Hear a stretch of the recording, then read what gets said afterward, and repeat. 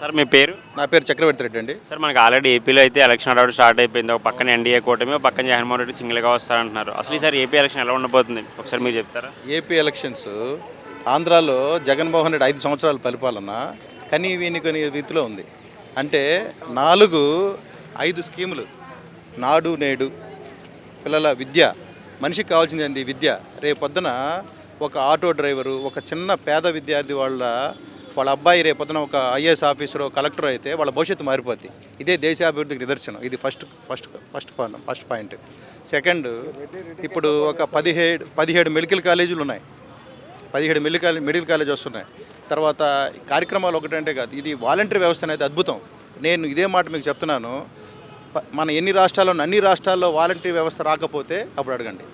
అది అంతకుముందు వైఎస్ రాజశేఖర రెడ్డి 108 ఎలాగో ఇది కూడా వాలంటరీ వ్యవస్థ అనేది అటువంటిది అనమాట. సచివాలయాలు, ఇదంతా డెవలప్మెంట్ కాలేదంటున్నారు, కానీ డెవలప్మెంట్ అనే దానికి టైం పడుతుంది. ఇప్పుడు మనం రాష్ట్రం విడిపోయినప్పుడు అక్కడ సోర్స్ లేదు. ఆ సోర్స్ని డెవలప్ చేసిన టైం పడుతుంది.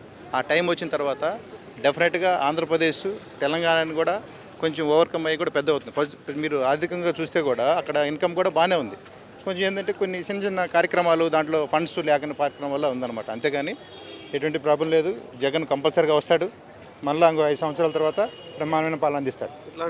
సంక్షేమ పథకాలు పక్కన పెడితే అసలు అభివృద్ధి లేదు కదా సార్ ఏపీలో. దాని గురించి ఏం చెప్తారు?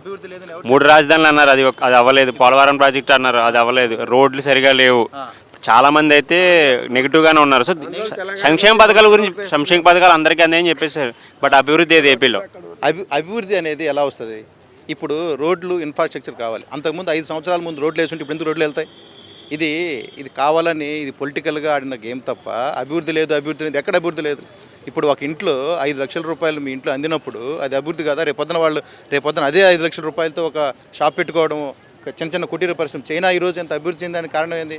చిన్న కుటీర పరిశ్రమలు వచ్చాయి. అటువంటి కుటీర పరిశ్రమలు వచ్చేదానికి ఛాన్సెస్ ఉన్నాయి, అవకాశాలు ఉన్నాయి. మీరు అభివృద్ధి లేదని చెప్పి ఇదంతా పొలిటికల్ జిమ్మికు, కుర్చీల కోసం కొట్లాట తప్ప ప్రజలకు చేసే ఉద్దేశం ఎటువంటి వాళ్ళకి ఎవరికి లేదు. ఇదంతా పొలిటికల్ జిమ్మిక్స్ మాత్రమే నేను ప్రధానిస్తాను. యువతకి జాబ్ అవకాశాలు కూడా చాలా తక్కువే ఉన్నాయి కదా సార్. ఈ 2 సంవత్సరాలు కరోనా తీసినా 3 సంవత్సరాలు అయితే పెద్ద జాబ్స్ లేవని చెప్పేసి యువత కూడా వాపోతున్నారు. సో మీరేం చెప్తారు? ఆ ఇన్ఫ్రాస్ట్రక్చర్ డెవలప్మెంట్ కోసమే ఇప్పుడు విశాఖపట్నాన్ని అభివృద్ధి చేసేదానికి చూస్తున్నారు. కొత్తగా కొన్ని కంపెనీలు వస్తున్నాయి. ఇప్పుడు ఇక మైక్రోసాఫ్ట్ కంపెనీలు కొన్ని కంపెనీలు వచ్చాయి. ఆ కంపెనీలు వచ్చినప్పుడు పోర్ట్లు 4 పోర్ట్లు ఆల్రెడీ ఉన్నాయి. ఈ పోర్ట్ల వల్ల ఎంతమందికి ఉపాధి అవకాశాలు దొరుకుతాయి అనేది టైం పడుతుంది. ఇది ఇమీడియట్గా ఇన్స్టెంట్గా మనం 1940 10-20 సంవత్సరాల కింద ఇప్పుడు హైదరాబాద్ తేడా చెప్పారా? ఇన్ఫ్రాస్ట్రక్చర్ వచ్చినప్పుడు ఆటోమేటిక్గా డెవలప్మెంట్ వస్తుంది, కానీ టైం పడుతుంది. ఉద్యోగం రాలేదంటే ఇప్పుడు ఉద్యోగాలు వాళ్ళకి ఆల్రెడీ కొందరికి అవకాశం కల్పించాడు, ఇంకా అవకాశాలు కూడా వస్తాయి. Over the period of time కొత్త కంపెనీలు అదాని కొత్తగా వస్తున్నాయి అన్నమాట. ఇవన్నీ వచ్చినప్పుడు డెవలప్మెంట్ గ్యారెంటీగా వస్తుంది. అలాగే పిఠాపురం నుంచి పవన్ కళ్యాణ్ గారు పోటీ చేస్తున్నారు సార్, ఎంతవరకు మెజార్టీ రావచ్చు? పిఠాపురంలో పవన్ కళ్యాణ్కి టఫ్ ఫైట్. నేను ఓడిపోతానని చెప్పను, కానీ ఎవరు వంగ గీత గారు అది ఎవరు చెప్పారు? ఇదంతా అది అన్నీ ఒట్టి మాటలు, కానీ ఇవన్నీ జరిగే మాటలు కాదు. ఇది టఫ్ ఫైట్ అయితే ఉంటుంది. ఇవన్నీ మీరు మాట్లాడేటప్పుడు ఏమైందంటే మీరు మాట్లాడే మాటలు ఒకరికి సపోర్ట్ చేస్తున్నట్టుగా ఉన్నాయి. సరేనా? Okay, right, thanks. ఒకరికి సపోర్ట్గా కదా సార్? మీరు అడగడం క్వశ్చన్ కూడా తప్పు కదా? లేదు, ఆమె నామినేషన్ వెనక్కి తీసుకున్నారని అన్నారు. ఏం లేదు అండి. మీరు జరిగిందా లేదా జరగలేదా? రాజకీయ ఒత్తిడి మిమ్మల్ని అడుగు మాట్లాడకూడదు కదా. మీరు ఒక విలేకరి అడిగే ప్రశ్న కాదు కదా అది. ఆమె వెనక ఎందుకు తీసుకుంటుంది? ఎందుకు లేదు? ఇదంతా పొలిటికల్ జిమ్మిక్స్ బాబు. ఏదో మాట్లాడతారు, అన్ని మాట్లాడితే కాదు కదా.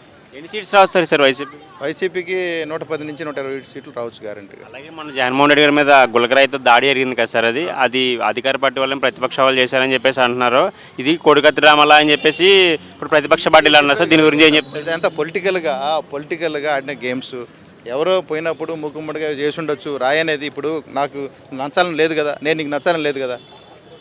నువ్వు నా ఏదో కోపం ఏందో, ఏదో ఆవేశం మీద ఏదో రాయేసి ఉండొచ్చు జరుగుతుంది. దీన్ని పొలిటికల్గా దాన్ని ఆడుతున్నారు కానీ గేమ్ అని నేను అనుకుంటున్నాను. మీరైతే మళ్ళీ జగన్ వస్తారని చెప్పేసి అంటున్నారు.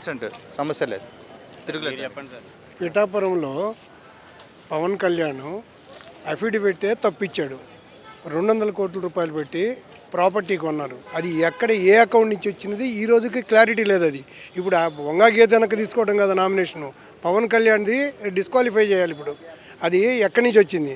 ఒకసారి ఏమో అన్న ఇచ్చాడంటాడు, ఒకసారి ఏమో లోకేష్ బాబు ఇచ్చాడంటాడు, ఒకరోజు ఏమో వాళ్ళు ఇచ్చారు వీళ్ళు ఇచ్చారని చెప్తాడు. అసలు ఆ అఫిడవిట్ ఇచ్చిందే తప్పు. అతనిదే డిస్క్వాలిఫై చేయాలి. అతను నామినేషన్ డిస్క్వాలిఫై అయితే చూడండి. సార్ అలాగే లోకేష్ గారు మంగళగిరి నుంచి పోటీ చేస్తున్నారు కదా సార్, ఈసారి ఎమ్మెల్యేగా వినే అవకాశాలు ఉన్నాయంటారా? అవ్వచ్చు, కానీ టఫ్ ఫైట్ ఉంది. అలాగే మనకి వైసీపీలో కొంతమంది పవర్ఫుల్ మినిస్టర్ ఉన్నారు సార్, నలుగురు. మన కొడాలి నాని, పెర్ని నాని, అనిల్ కుమార్ యాదవ్ గారు. ఎందుకు సార్ వీళ్ళు గత కొన్ని రోజులుగా సైలెంట్ అయిపోయారు? ఏం కాలేదండి, ఏమయ్యారు? వాళ్ళ నియోజకవర్గాల్లో వాళ్ళు వర్క్ చేస్తున్నారు. డెఫినెట్గా 130 జగన్, వైనాట్ 175, కానీ 130 అయితే definite Jagan is going to form a government. Thank you. మరి బీజేపీ కూటమికి మిగతా బీజేపీ ఆంధ్రాలో లేనేలేదు, బీజేపీ కాంగ్రెస్ లేనేలేదు.